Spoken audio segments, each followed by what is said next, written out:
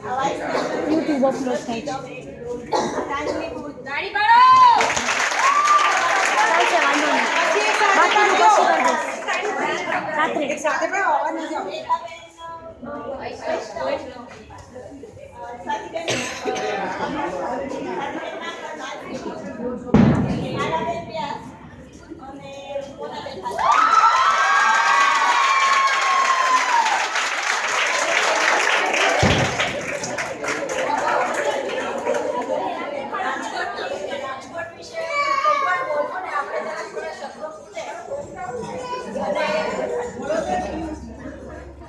રાજકોટની જેટલી બધી ચટણી ફેમસ છે એટલા જ પેંડા પણ ફેમસ છે.